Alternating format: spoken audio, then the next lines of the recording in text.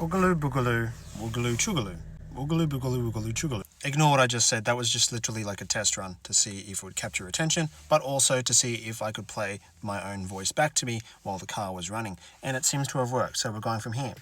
And in this video, I wanted to talk about what it must feel like and be like to be someone who has faced rejection or abandonment, or you feel like the other party, it could be your own child or it could be your romantic interest, they've left you, and you want to know what you can do to change things. How can you get that person back?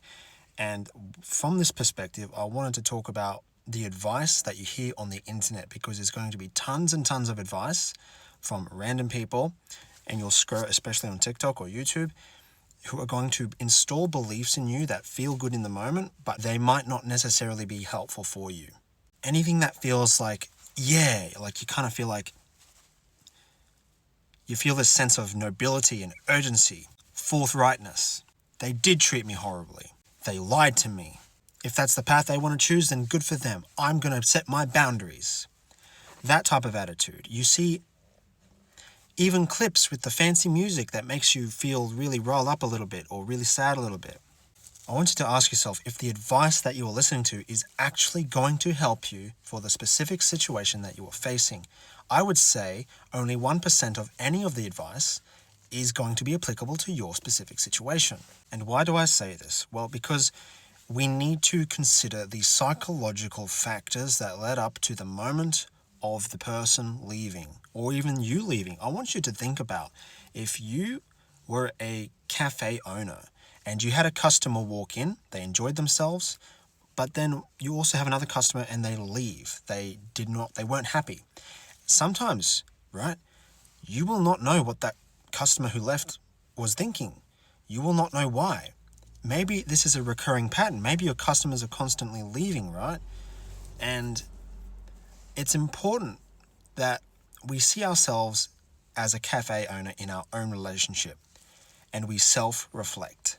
We can constantly say those customers are just not good for us, those customers weren't right for us, those customers have their own issues, we did nothing wrong, our cafe is perfect, our cafe is the best.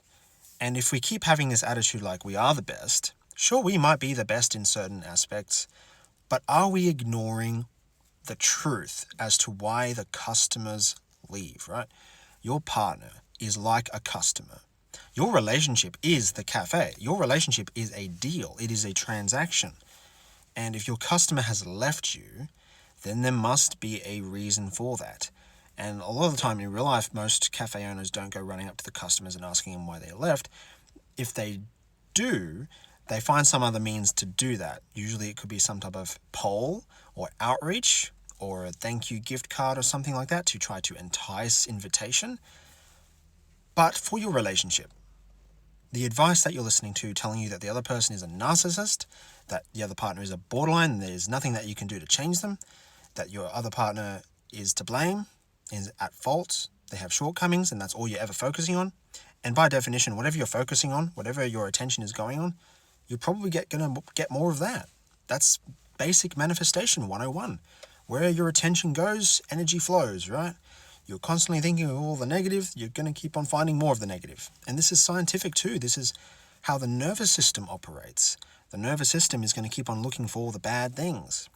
Now, in terms of identifying why the customer left, it's important to identify what went wrong, right?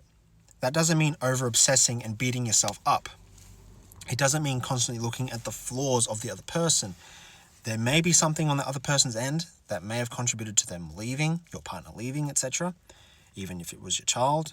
But we don't want to keep on focusing on the negatives and unintentionally and inadvertently bring that on them, impose ourselves on that person, because that's going to be even more negative.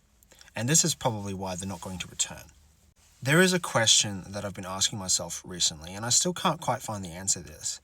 But the question goes like this. If there is a slave, who controls the slave? Because a lot of people, a lot of the time in this relationship dynamic, we're asking ourselves, who has control, right? Can you control what the other party does? Yes or no? For the most part, The answer is no, right? So if the answer is no, then how is it that a slave can be controlled by an external force? Does that mean that the slave is enslaved by his own self-imposition? He's self-imposing his own enslavement, that slave? Because if someone else can't control us, that means we control ourselves, right? Well, I found that control is mental. Control is mental. And this means that we place the control on these mental blocks, whatever we believe is in control of us. We believe there is some type of mental block in control of us. That mental block can be enacted by means of physical enactment, but it is typically a mental block. And this mental block will determine if we are feeling enslaved, or if we are free to do as we will, or if we are controlling someone else. Now, I know that sounds really vague, but there's something I'm getting at with this.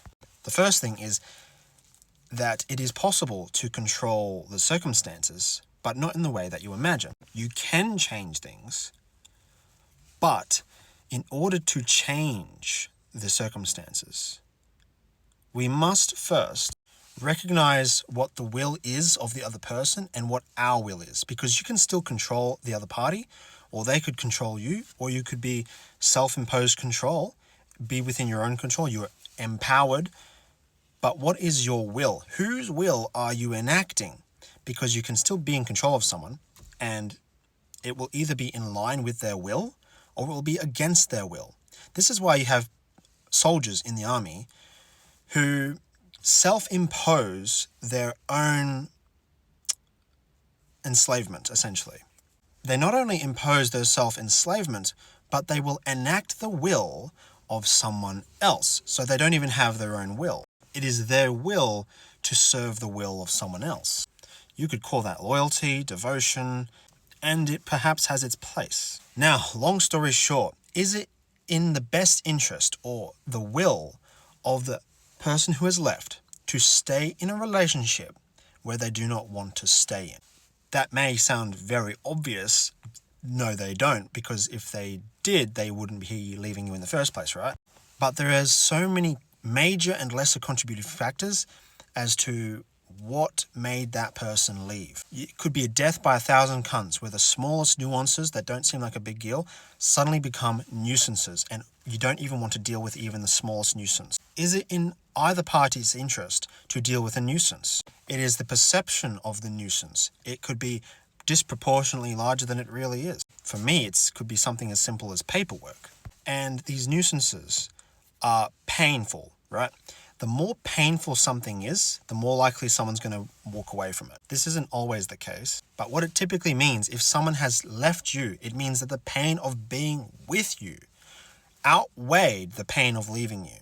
Even if it meant giving up so much in the process, like their belongings literally running away, blocking you, etc. Behind the scenes, both of you probably want the same thing. You want happiness, you want peace, you want freedom from pain, you want a positive connection. But there is something underlying between you and the other party that is preventing the cogs from turning in the machine. And if you are dumbstruck by the sudden change of events, change in itself being painful, it means that perhaps you were oblivious and or ignorant of the water boiling in the pot. That's why the frog jumped out.